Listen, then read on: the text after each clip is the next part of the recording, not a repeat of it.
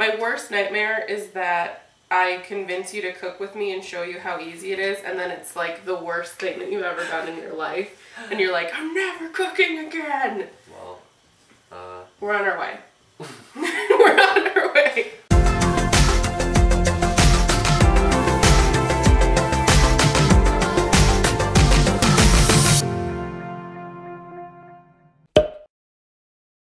Hi, my name is Whitney Milam. Welcome to my channel. Today I have a very special guest, one of my oldest and best friends, Dan. We have known each other since I was in 8th grade and he was in 7th grade. So going back a good while. And he is here to help me make pizza 2 ways today. We're gonna get started.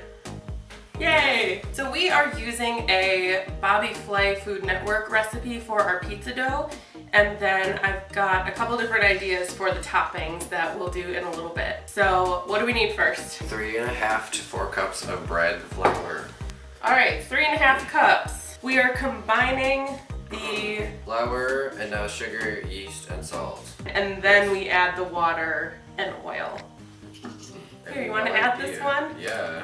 Today's episode is brought to you by Red Star. Not sponsored. Hashtag not sponsored. So Dan, you were saying that you don't cook that often. Not really, no. About how many times a week would you say you cook dinner? I mean, does cooking Trader Joe's frozen stuff count? No. Because if so, I do that like every weeknight. Okay. I mean, that's better than eating out. Grocery is definitely better than just getting like fast food or something. Yeah. So we are going to add 1.5 cups of water while our mixer is running, as well as 2 tablespoons of olive oil. I'm using the paddle attachment. I don't know if that's the right attachment. I feel like I should be using the dough hook for pizza dough, but I'm a rebel. Find out. Yeah. So I'm gonna put that just on low. You wanna add the water. Amazing. It's trying to ball up. Looks great.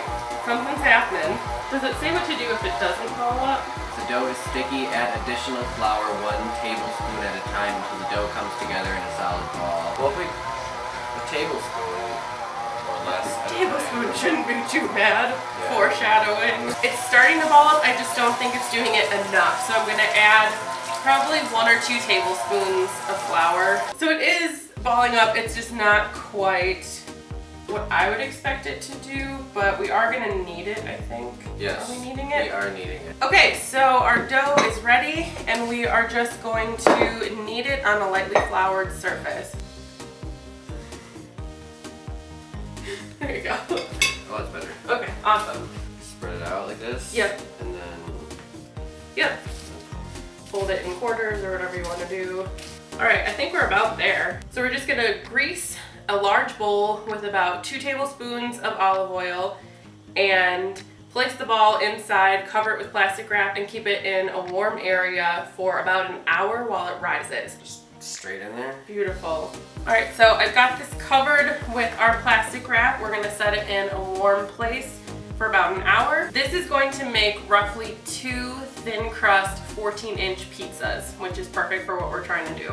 And in the meantime, we are going to make the sauce for one of our pizzas. So one of our pizzas is going to have an Alfredo cream sauce as the base, and then we're gonna top it with some sauteed shallots and spinach. That sounds delicious. So the first step in our cream sauce is to chop up an onion, and I'm a terrible onion crier, and Dan does not feel comfortable chopping onions at this moment, so we're gonna muscle through it, and it's gonna be great. It's gonna be fine. Projecting optimism. Yes. My eyes are watering. Like, I'm the worst. I'm so sensitive. Normally I am, but I don't know. I'm just a sensitive person, Dan. I've already had my scheduled cries for the week, so... Only one cup. It's like in bold right and caps. Okay, so we're gonna combine these chopped onions with a cup of vegetable broth in a small saucepan, and then we're gonna cook that for about 8 minutes until the broth completely evaporates and the onions are nice and translucent. And then we're just gonna prep our other ingredients. So this is probably 3 ounces of chopped garlic that we've got here. I have pre-soaked some cashews overnight, and so these will go through the food processor or the blender a lot easier because they have been soaked. So we need half a heaping cup. Yeah. That's fine. Maybe do a level 1/4 cup on the next one. So our onions are still cooking, but we're gonna add this garlic and nutritional yeast. We're giving it a try. We'll see if it tastes good. I don't know what that is. Yeah, so it gives non-dairy vegan stuff a cheesy flavor. So if you give it a smell, it's got like a pungent, like tangy. Yeah. Interesting. We are going to blend all these ingredients up in our NutriBullet, and so I'm just going to have Dan start assembling that while our onions are finishing off. Have you tried any vegan foods before? I have. Yeah. I don't remember what. I've never had like vegan cheese. I hope we got the cheese tasting on camera. So we're just adding a 1/2 teaspoon of salt and roughly maybe like a scant 1/2 teaspoon, yeah, perfect, of ground black pepper.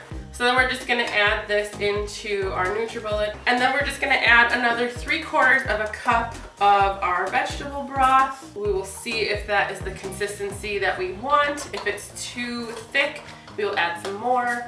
If it's too runny, then we're out of luck. We ruined it. So Darn. end of video. So I'll add this in, and I'm actually probably just gonna reserve just a little bit, just in case it's too runny. But we're just gonna blend this until it is smooth and creamy. That should be enough. We'll check it now. Smells good. It's lemony. Garlicky too. Is that my mustache? It tastes good. It's more lemony than I expected, but if we do it in the context of the other ingredients, like the mozzarella, it should be creamier. All right, so we have a couple more minutes left before the dough is ready. So we just went out and we got some spinach from my garden, and we are going to saute 1 shallot. Just get it a little bit caramelized before we put it on the pizza because we want it to be nice and soft and kind of take on that sweetness. How does that not bother you? I don't know, normally it does more, but for some reason it's not today. While I'm dyeing, Dan is putting some oil in our saute pan. And then I'm going to add these in with a little bit of salt. So we are going to turn this out onto a lightly floured surface once again. We're going to cut it into 2 separate balls. We're just going to cover these with a kitchen towel and let them sit for 10 more minutes while they rise a little bit more. And we're gonna prep the other ingredients for our 2 pizzas. Can I eat that little end? Yeah. It's like the best part of tomato. You think so? Mm-hmm. We disagree on that. I personally think the stems are the best part. Do you want any of this? I'll nibble on it, is that okay? Have fun. This is like a perfect tomato too. Is it? Oh, Wait, it's from Amazon Prime Fresh. Oh. Coming to an area near you soon. Another sponsorship opportunity. Yeah, please. So that's our tomato. My grandma apparently did not like basil. Really? Fun fact. Wow. I think that's true. If it's not true, my mom and my aunts will correct me in the comments. So let me know. We're gonna chiffonade these basil leaves. Regular Julia Childs. Julia Children. Yes. So I'm just gonna roll these up, and then I'm just gonna slice through so that I get these little ribbons. It's very fragrant. That is gonna go on towards the end of our baking. Probably put it in when there's like 3 or 4 minutes left on the pizza. All right, so it is time to roll out our pizzas. So we've rolled this out for the most part, and then I'm going to transfer it onto our pizza sheet, and then I'm gonna do like a lip of crust. That looks good, I think. And we essentially made like a double batch of this, so I'm only gonna use half of this at most. But we're just gonna get a decent layer across the whole thing. Then I'm just going to spread this out with the back of my spoon. And I don't want it pooled in any one particular area. And I want to make sure I get it all the way out to the edges. So we're going to do roughly a cup of mozzarella on here. Then I'm just going to sprinkle our shallots around. This is pizza number 2. We are going to do a margherita pizza. We could do stuffed crust. We could. We just made a decision to do a stuffed crust. So I'm just gonna do a very thin layer of this mozzarella around the perimeter, and then we're gonna fold the crust over that. Then we're just gonna do our sauce, our cheese, our tomatoes, and we are going to pop these in the oven, I think for roughly 10 to 15 minutes. We will just keep a close eye on them to see how golden brown they get. Pineapple on pizza, yes or no? It's not so much for me, but like I understand the allure of it. Your response is so like open-minded and like. Well, I don't want to like if someone really enjoys it. I believe in your right to have pineapple. Yeah. Yeah. I just know that's a big debate. It is, yeah. It's a big debate. People get very passionate about pineapples on pizza. Where do you stand? Tell me in the comments. Pineapples on pizza, yes or no? I'm really bad at this. Alright, so our pizzas look like they are done. We are just going to take the first one out of the oven and get it cut. That is one solid pizza. Oh, yeah. It's a nice thin crispy crust, hopefully. And then Dan had a great idea just to drizzle some more of this sauce on. We also have extra spinach. We rip it up. Or Yeah. Go crazy. Go crazy, give it a tear. Oh, that is beautiful. Yes! Ooh, yes, this is gonna be so good. As Ina Garten said, now who wouldn't want that? Because she says that all the time. Do you not watch Ina Garten? No. Oh. I feel like I'm channeling Ina Garten right now, though. Well, actually, like, she loves the denim. So do I. Okay, so we are going to taste our beautiful pizza concoctions. And not drop it. And not drop them. Okay, so I think we start with the bigger one, the shallot and spinach one with the Alfredo sauce.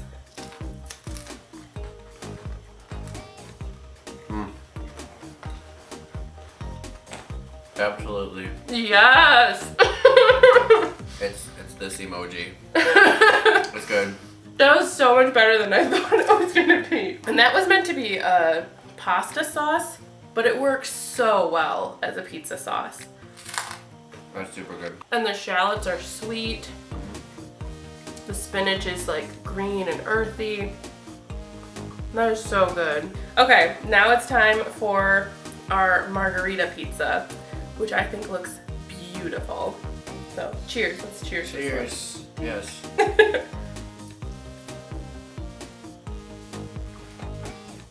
Just solid. An excellent margherita pizza. Yeah, I'm curious about the crust. I really want this. Yeah, I want to take